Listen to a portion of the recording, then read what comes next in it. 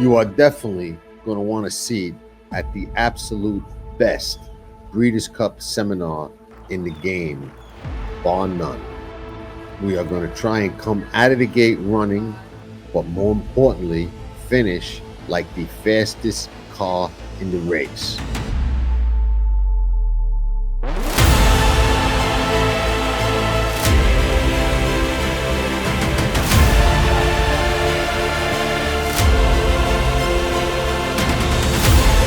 If things work out, we'll be shopping for Cartier diamonds.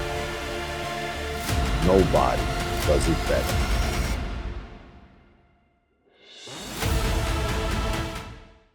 Well, once again, fortunate to have Kenny McPeek on with us here at Past the Wire.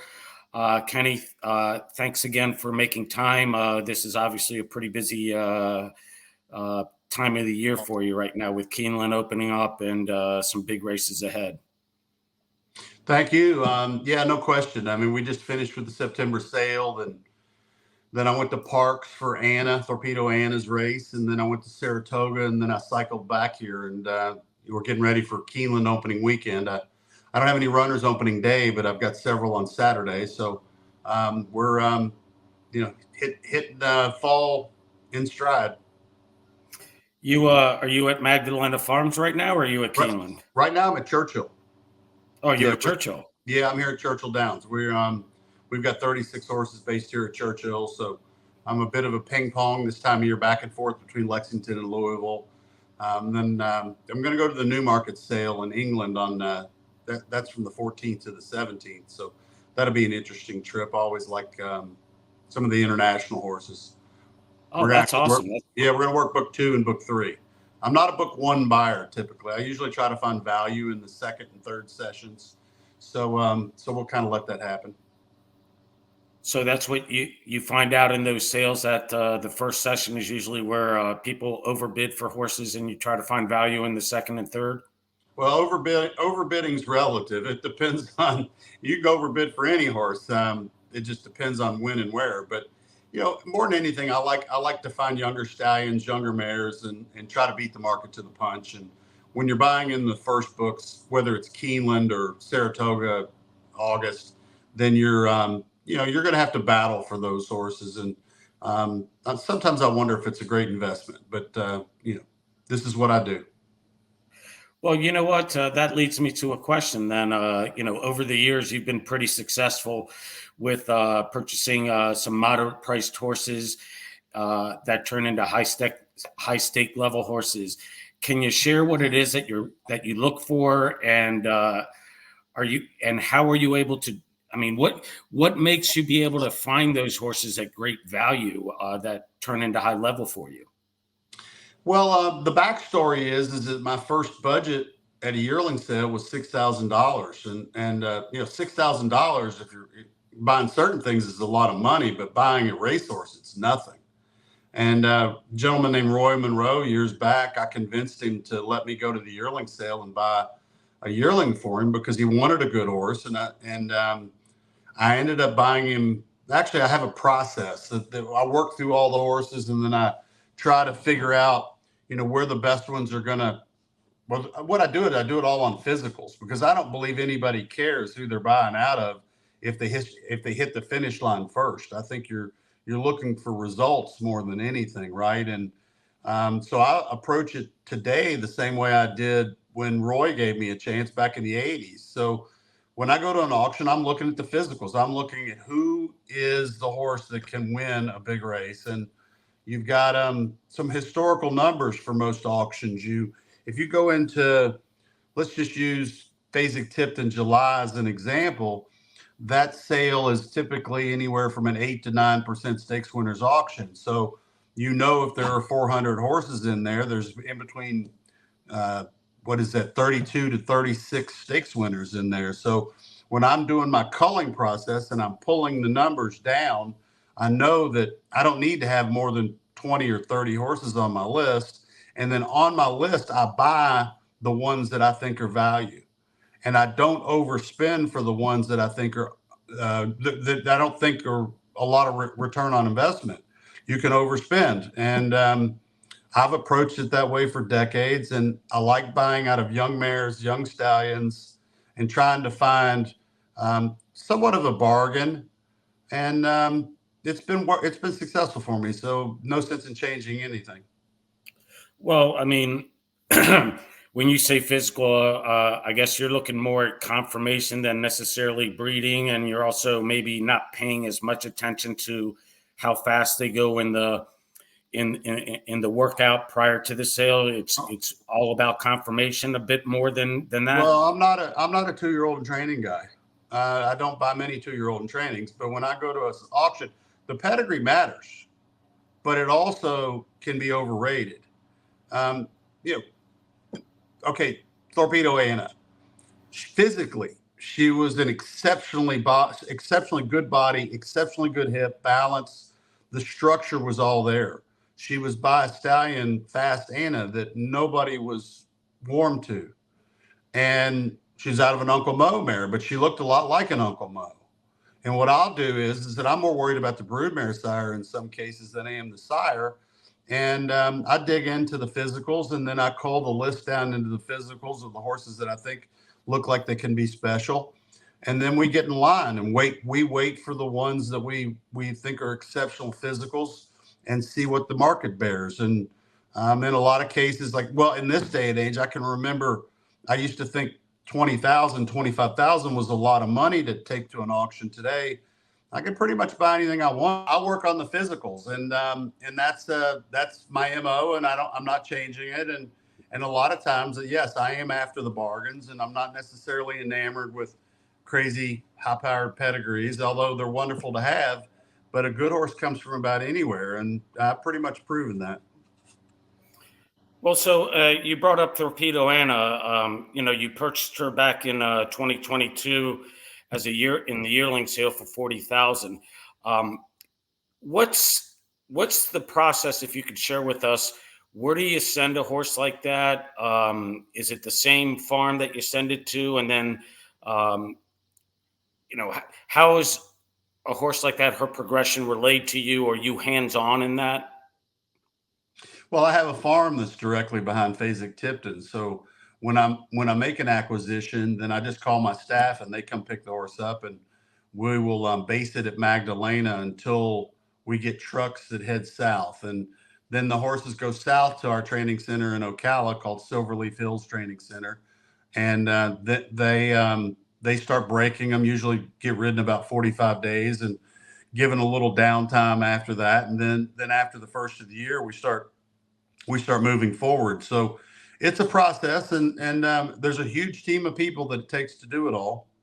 Certainly can't do something like that myself, and I've got some wonderful people that work for me and help me on a daily basis. Okay, interesting. Something I've noticed on big race days over the years, on the undercards, there's many times a special horse that kind of gets first time out in the maiden special race under the big stakes races. As you being not just a trainer, but you're also an owner, because typically you keep 10 or 20% of the horses you purchase. Right. Do you point to those races on the live undercards? Is that something you look for, or is it a combination of the way your horse is training? It dictates how you go and where you go. It's all about timing. It's all about when a horse is right and ready. I mean, you don't ever point to any particular race on a card. It has to be a horse that everything's lined up, gate cards done, horse seems fit enough. I am not a big first-time starter guy. I like to, what I'd call somewhat test drive and teach a horse in the first race. It's a schooling race for us. It hurts our percentages, but I'm not really worried about that. I think that a horse gets more out of a little learning experience, some dirt in its face, sitting behind horses, learning to overcome adversity, and then teaching them to finish strong and gallop out strong. And then I like to call myself a progression trainer. First race is good, second race is better, third race is best, and then the fourth race is maintain. And so you're making a progress forward each time. It's like a basketball team. Some coaches are good at their team getting better as the season goes. And I think it's the same with horses. And you can overtrain for the first race and maybe win first time out, but then your horse is wilted by the second and the third start. And that's not very fun if you're trying to bring a horse and have a list of races over a course of a season. Okay, let's touch on Mystic Dan briefly. Your Derby winner. Last time we spoke, I think you said you wanted to give him some time off because it's been a fairly grueling campaign for him. A two-part question for you. How's Mystic Dan doing? And secondly, is there any, and I don't know what the right word may be, but is there any frustration and perhaps watching some of these other 3-year-old stakes races going on this time of year where you're Derby winner and probably purposely you've had him on the sidelines? No, look, I always look forward. I don't look backwards, and doing the right thing for a horse is the most important thing. I mean, you can't make a horse go to a certain race or races. It has to come to you, and it has to come to you in the right timing with the horse that brings you to a race. So let me backtrack on his year. His Derby win, we timed it really well. I was really proud of the team and the horse jockey. The Preakness was another really good race. We got him to the Belmont in Saratoga. Of course, we know that's kind of an odd year running at Saratoga, but Brian Hernandez after the race hopped off and said he just didn't seem to handle that surface. He wasn't sure why. And we went over him the day after the race, and the horse seemed to be fine and, ate up that night. And so didn't seem to be worse for wear. But what are my options after that? Okay. If I'm off the board in the Belmont at Saratoga, and what's the next dance for him? Well, that was the Travers. So I was going to come back on the same racetrack that he just struggled over. And then what's after that? The Pennsylvania Derby. All right. 2 great races. I've not won a Pennsylvania Derby, but I've won the Travers, and damn near won it with the filly anyway. Right. Yes, you did. So anyway, what are our options with him? So I decided to give him 30 days. I said, let's give him 30 days. Then we'll put him back under tack and see how we like him and, make sure he's okay. After the 30 days, I thought that the horse was a little stiff and we weren't overly thrilled with the way he was moving. He seemed to have a little bit of aches and pains here and there, just little stuff. I sent him to Dr. Bramlage, which is, probably as good a orthopedic guy that you could ever meet. Dr. Bramlage said leg-wise, he's fine. He's a little bit body sore.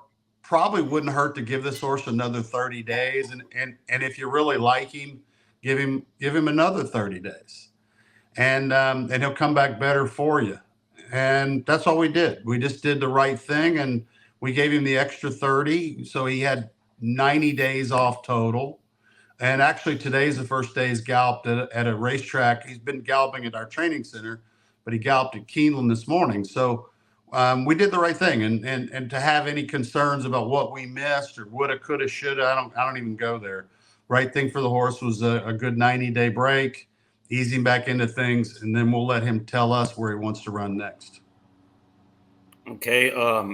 You had mentioned that you don't have anything at opening day at Keeneland, but you've got a few running on Saturday. Any exciting 2-year-olds that you may be launching out on Saturday or any?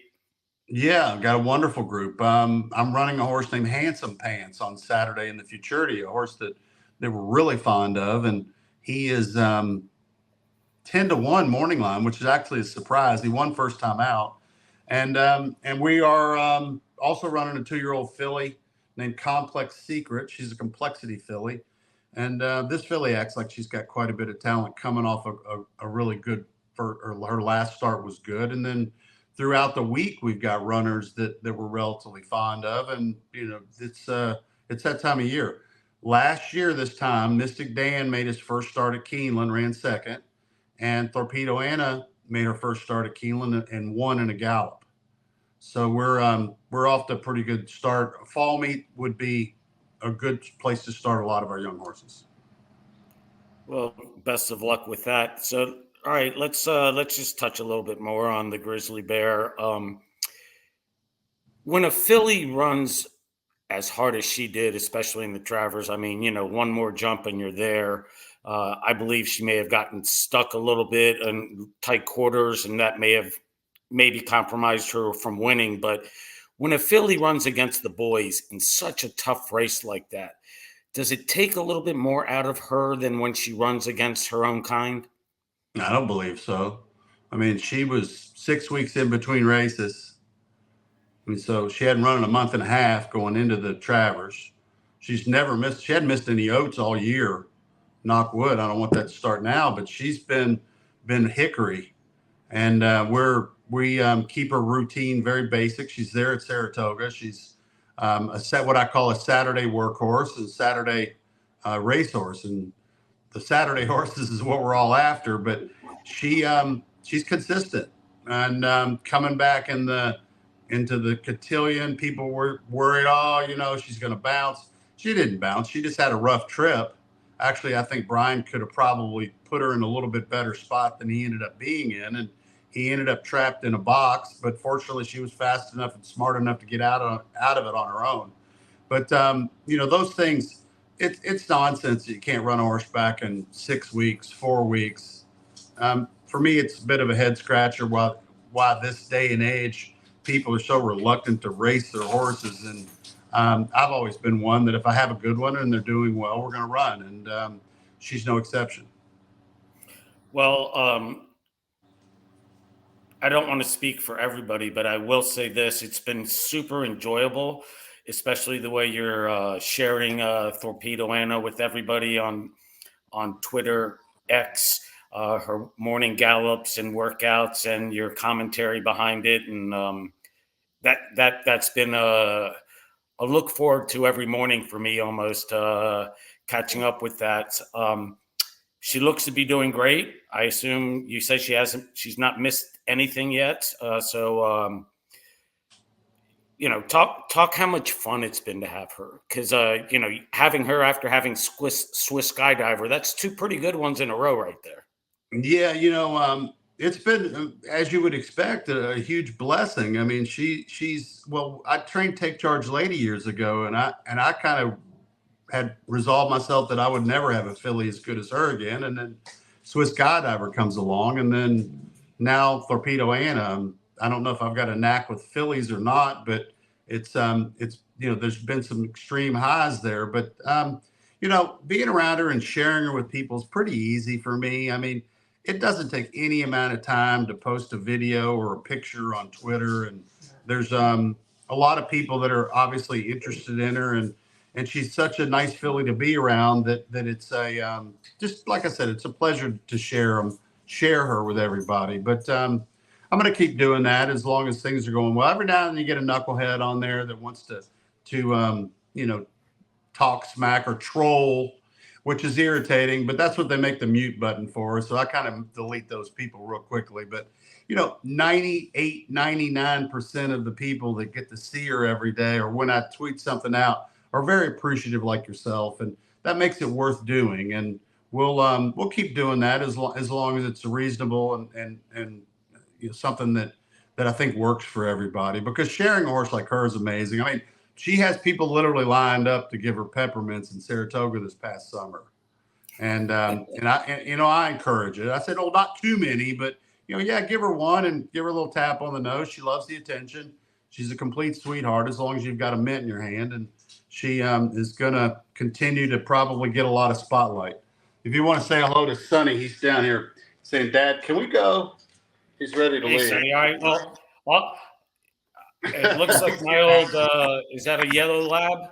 Yeah. He's been in Saratoga all summer with me. He comes to the barn with me every chance he gets. Matter of fact, he gets mad if he doesn't get to go. I had two labs. One was I picked them both out of the litter, a black one and a yellow one, and I called them Blackie and Whitey. Oh yeah, so, good. He spends a lot of time in the lake. Anyhow, just two quick. Well, as a follow up to that, I always thought it incredibly, I don't know, rare or Zenyatta. Zenyatta knew she was the queen. She kind of paraded to the crowd a little bit. Does Thorpedo Anna have a little bit of that in her? Like she knows that everybody's there to see her and she knows what's going on? I think she does. You know, she's extremely high energy filly, which really makes her. I mean, her energy levels, what's so fantastic. And I think that, yeah, I do think she realizes she's very good. And that's the thing about a good horse is that they're very intelligent for the most part. And she is a creature of habit. She likes to go the same time, same every day, same time, same rider. And it's yeah, just a really amazing journey we've been on with her. Okay, two quick last questions. One, there's some whispers. There's some whispers. This, you know, I had to ask this. I mean, she accounted herself very well against the boys. You know, the distaff is shaping up to be a pretty darn tough race in itself with Raging Sea, Idiomatic, and stuff. I'm not asking you to give me a yes or no now, but have you made a full decision yet? What you're going to do with she's going to run the distaff. I think that's a no-brainer. I mean, Idiomatic, Raging Sea, we feel comfortable in that spot. I mean, I don't think there's any reason to take on the boys at this stage. If she were to win the distaff this year, and assuming we race her next year, and she has the kind of season that she's had this year, then, you know, look, we'll consider the Classic, but it would be next year. And this year, she is 98, 99% sure that she is going into the distaff. All right. So then you kind of almost answered my other question. So assuming she continues staying healthy and everything remains the same, you're hoping for a 4-year-old campaign with her? Yes, we are. I'd love to win an Apple Blossom with her. I'd love to take her to some of the, you know, the distaff races across the nation, and the Beholder Miles, a great spot in California. I mean, yeah, we're going to probably pursue some of those races, and I don't see her being sold or retired as a 3-year-old. I see good chance she could run next year. You owning a share of her as well as you do most of your other horses, do you ever keep, for breeding purposes, do you keep that share, or is that something you sell off? Yeah, no, I'm equitied in on almost every horse that I purchase, which my clients tend to like that because then I've got skin in the game, as they say. I like skin in the game. In the past, I've charged 5% commission on purchases, but I would much rather have 10% ownership. And I would have had 10% ownership of Swiss Skydiver also, but unfortunately, one of the guys that worked for me that did our accounting made a mistake on our billing and didn't put me in on her. And in this case, you know, that share, that 10% is worth $700,000-800,000 probably. Hard to say what it's worth, and if you put her in the open market. But I'd love to keep her as a broodmare, and we'll let that hash itself out and talk to the, you know, the other partners. I mean, I do manage everything, but not without discussing it with everybody involved. Well, Kenny, as always, we at Past the Wire really appreciate you making time for us. You've been great for us, and you got a big rooting fan base with not just us as Past the Wire, but I think you got all of best of luck with the opening meet, and best of luck with Thorpedo Anna and the distaff and moving forward. Really appreciate you. Thank you so much. I'm going to post out today's video of her galloping here in a few minutes. So anybody that follows me on Twitter at Kenny McPeek, you'll get to see, you know, this morning's workouts. Another nice gallop. Awesome. All right. That's great. Appreciate it, Kenny. Tracking trips at Past the Wire, no matter what your level of play is. You know, people play the horses for all types of reasons. The action, the excitement, the thrill, the challenge.